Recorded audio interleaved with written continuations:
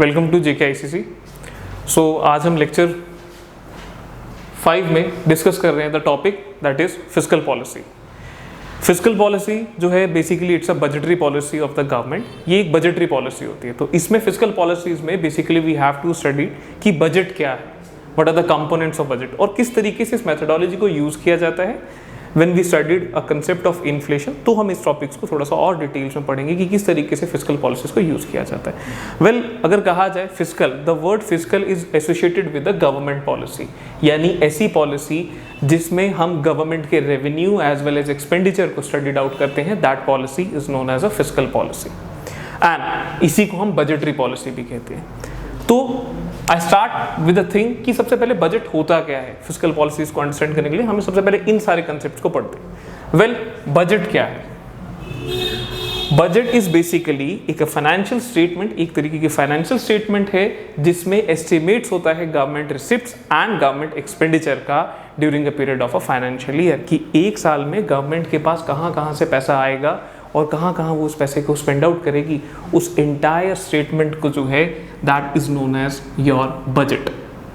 As such अगर मैं देखूं, ये बजट का जो यूज है that is not in the constitution. इसकी जगह पे जो यूज किया गया वर्ड है that is a annual financial statement, कि हर एक गवर्नमेंट को एवरी ईयर अपना एक एनुअल फाइनेंशियल स्टेटमेंट जो है वो प्रेजेंट करना है and it is mandatory. And as per the constitution अगर मैं देखूं तो सेंटर को एज पर आर्टिकल 112 बजट को प्रेजेंट करना होता है। इट इज मैंडेटरी कि उनको दोनों हाउसेस में बजट प्रेजेंट करना है एंड एज पर आर्टिकल 202 ये स्टेट गवर्नमेंट को भी लेजिस्लेचर्स के सामने इसको प्रेजेंट करना होता है। नाउ द क्वेश्चन इज कि अब हम इसको क्यों फॉर्मुलेट करते हैं, हमें क्यों बजट को फॉर्मुलेट करना है, क्यों रिसिप्ट्स का रिकॉर्ड रखना है, क्यों एक्सपेंडिचर्स का रिकॉर्ड रखना है। तो वेल, बजट्स को फॉर्मुलेट करने के कुछ ऑब्जेक्टिव्स होते हैं, that is known as objectives of budget. Number 1 objective is कि we want to reduce inequality in income and wealth. Budget को इसलिए फॉर्मुलेट किया जाता है ताकि इनइक्वालिटीज जो हैं हमारी सोसाइटीज में in terms of wealth, in terms of income, उसको कम किया जा सके। अब कैसे किया जाता है? वेल, कहता है बजट जब हम फॉर्मुलेट करते हैं तो हम क्या करते हैं, उसमें इनइक्वालिटीज को रिमूव करने के लिए, वेल्थ की कंसंट्रेशन जो है फ्यू हैंड्स में ना रहे, तो हम हायर टैक्सेस जो हैं वो richer section of the society पे इम्पोज करते हैं एंड पुअर सेक्शंस को in the form of subsidies वो प्रोवाइड करते हैं। इसलिए ये बार बार एनुअल फाइनेंशियल स्टेटमेंट्स को बनाया जाता है ताकि इसको रिड्यूस किया जा सके। Second is a reallocation of resources. Generally हम अपनी इकोनॉमी में प्रॉफिट मोटिव्स के लिए भी गुड्स को प्रोड्यूस करते हैं एंड सोशल मोटिव्स के लिए भी गुड को प्रोड्यूस करते हैं। तो बजट को इसलिए फॉर्मुलेट किया जाता है ताकि इन दोनों के बीच में बैलेंस बनाया जा सके, यानी profit motives as well as social motives के बीच में एक बैलेंस बने। ताकि कैसे वो बैलेंस बनेगा? व्हेन वी कॉन्टिन्यूसली रीएलोकेट और रिसोर्सेस, यानी प्रॉफिट जहां से हो रहा है वहां से रिसोर्सेस को शिफ्ट करके मैक्सिमम सोशल वेलफेयर में अगर हम उन्हें लाएंगे तो हमारा रीएलोकेशन हो जाएगा। Third reason why we formulate budget is economic stability. Well, we all know कि जो इकोनॉमी जो होती है ये एक साइक्लिक मैनर में मूव करती रहती है।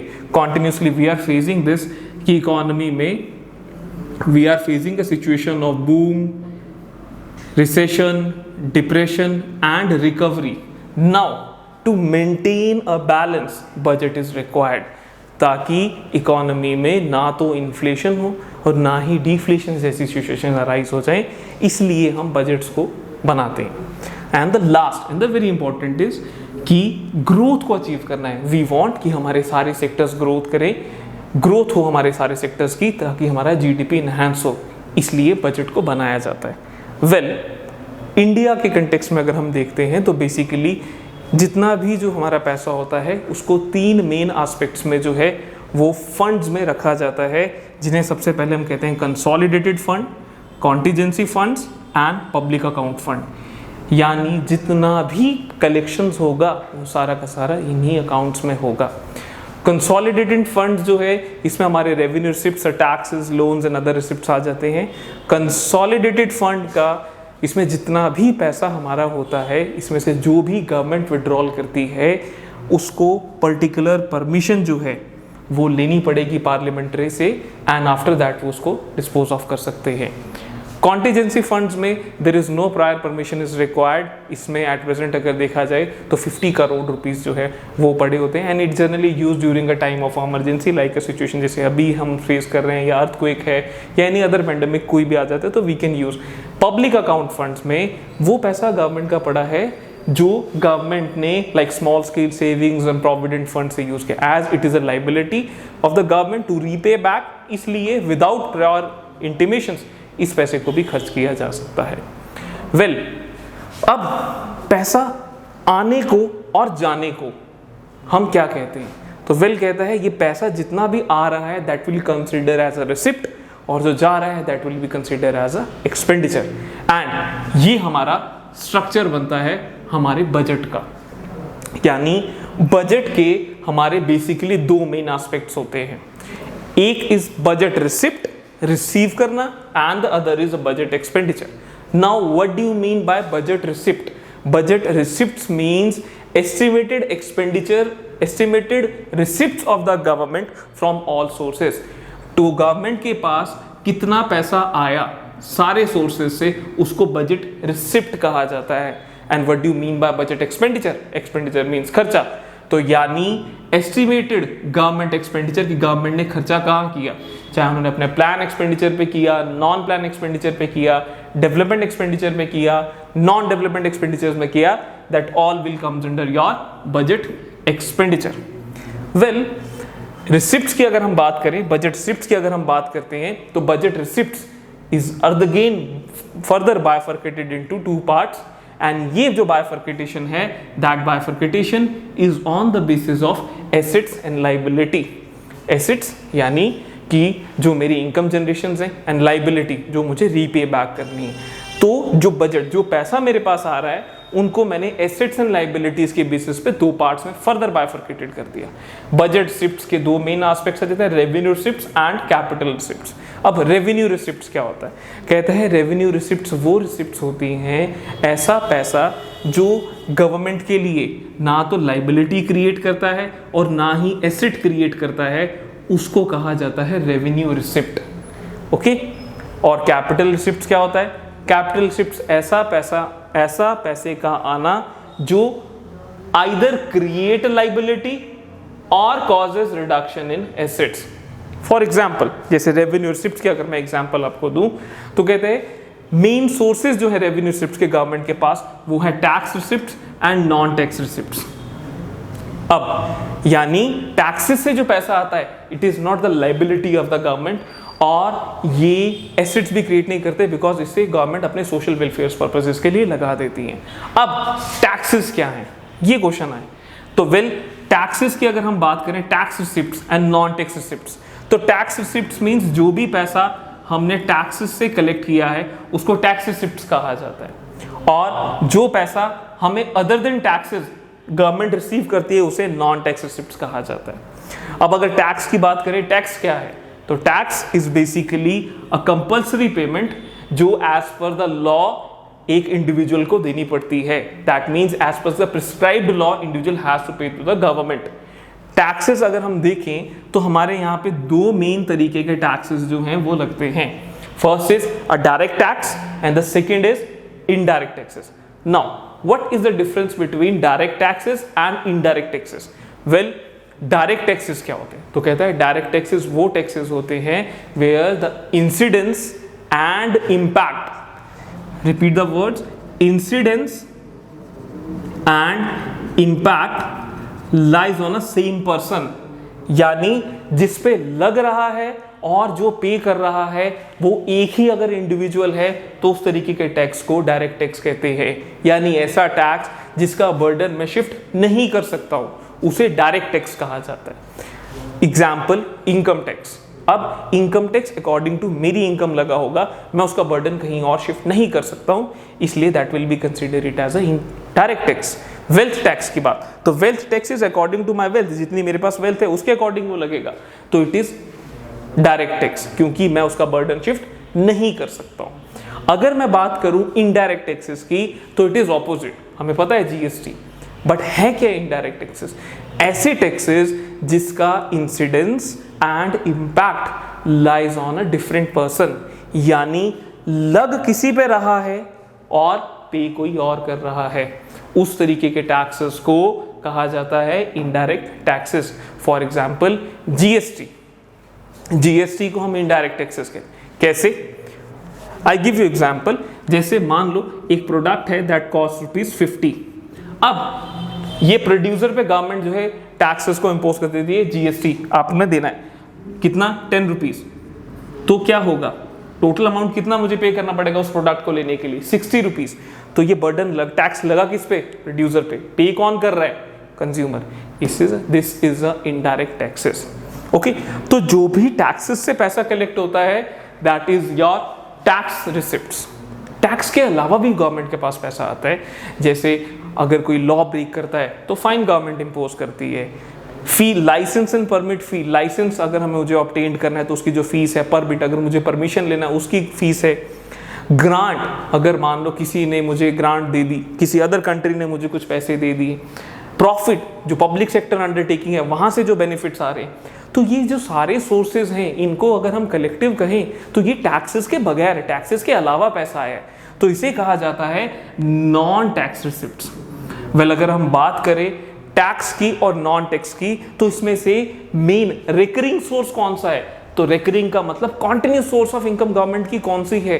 तो अगर हम कॉन्टिन्यूस सोर्सेज की बात करें तो tax receipt is a continuous source of the government, where as non tax receipt जो हैं ये कॉन्टिन्यूस सोर्स ऑफ गवर्नमेंट नहीं है। That means non tax receipts are non recurring in nature. Okay, तो ये था हमारा रेवेन्यू रिसिप्ट्स का पार्ट कि रेवेन्यू रिसिप्ट्स क्या है and what are the components of revenue receipts. बात अगर करें कैपिटल रिसिप्ट्स की तो कहते हैं again it is a part जब जहां पे गवर्नमेंट के पास पैसा तो आ रहा है but it either create liability और causes reduction in assets. But या तो लाइबिलिटी क्रिएट करेगा वो पैसा या मेरे एसेट्स कम हो जाएंगे। एग्जाम्पल जैसे बोरिंग्स। अब बोरो अगर गवर्नमेंट करती है तो वेल गवर्नमेंट कहाँ से बोरो कर सकती है, तो जनरली गवर्नमेंट या तो जनरल पब्लिक से बोरो कर सकती है, आरबीआई से बोरो कर सकती है, या अदर फाइनेंशियल इंस्टीट्यूशंस जो है वहां से वो बोरो कर सकती है। अब अगर बोरोइंग होगी definitely it is a liability for me, ये हमेशा भी एक लाइबिलिटी होगी गवर्नमेंट के लिए कि उन्हें ये रीपे बैक करना है। तो यानी यहाँ पे पैसा तो आया but it comes with a liability, इसलिए इसको कैपिटल रिसिप्ट जो है वो कहा जाता है। बात करें recovery of loan. Now what do you mean by recovery of loan? Well, कहता है कि जनरली गवर्नमेंट जो है दूसरी गवर्नमेंट को जो है वो लोन एडवांसेस करती हैं, एंड जिनको भी लोन एडवांस किया जाता है यानी डेटर्स जो हैं ये जो होते हैं गवर्नमेंट के लिए एसेट्स होते हैं। कैसे? For example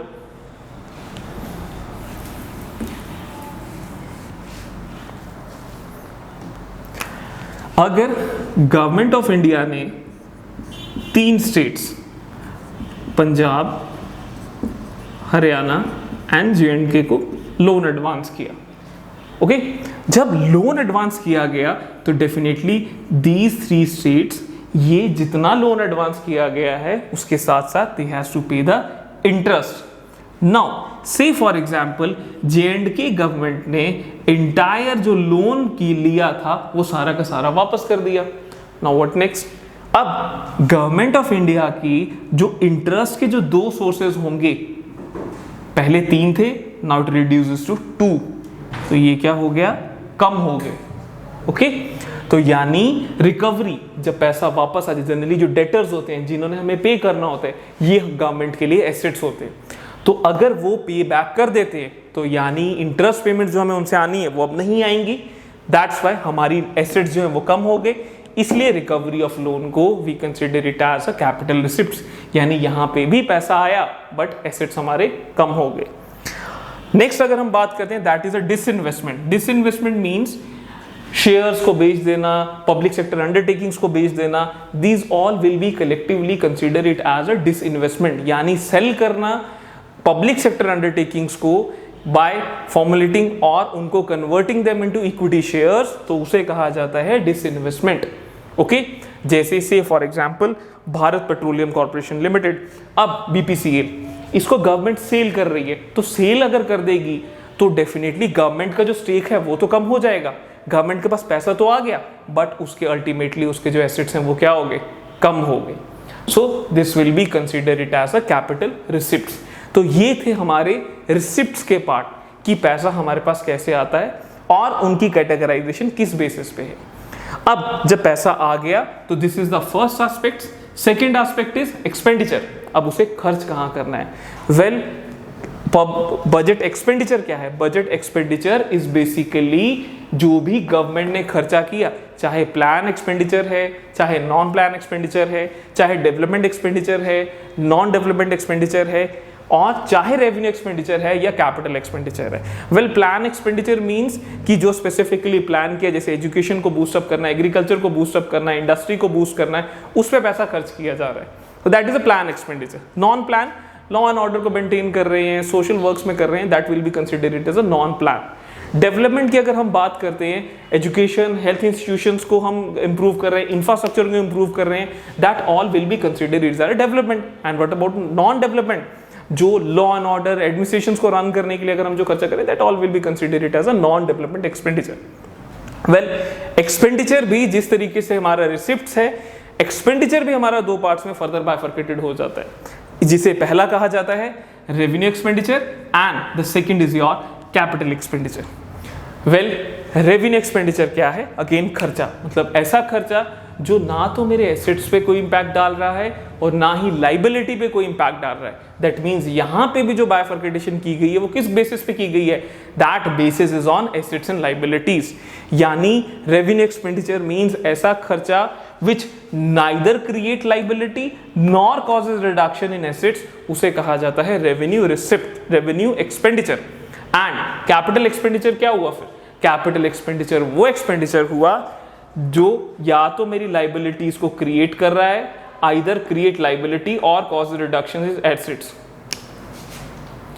either causes reduction in assets, either cause reduction in liability or create assets, जो या तो मेरी लाइबिलिटीज को कम कर रहा है और मेरे एसेट्स को बढ़ा रहा है, उसे कहा जाएगा कैपिटल एक्सपेंडिचर। फॉर एग्जांपल, जैसे कहता है रेवेन्यू एक्सपेंडिचर्स में मेरा इंटरेस्ट पेमेंट्स आ जाता है।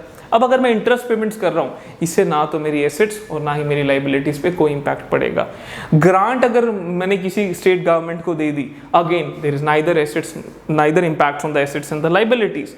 अगर एक्सपेंडिचर ऑन एजुकेशन कर रहे हैं तो यहां पे भी इस तरीके का कुछ इंपैक्ट नहीं डलेगा। Whereas अगर हम कैपिटल एक्सपेंडिचर की बात करें, जिसमें मैंने स्पेसिफिकली कहा कि या तो ये लाइबिलिटीज को कम करता है, से फॉर एग्जांपल मैंने बोरोइंग्स किया था, तो अगर मैंने कहीं से बोरो किया था तो आई रीपे बैक, तो जब मैंने रीपे बैक कर दिया तो that means it causes reduction in liability. खर्चा तो किया बट लाइबिलिटी कम होगी, that's why it's considered as a capital expenditure.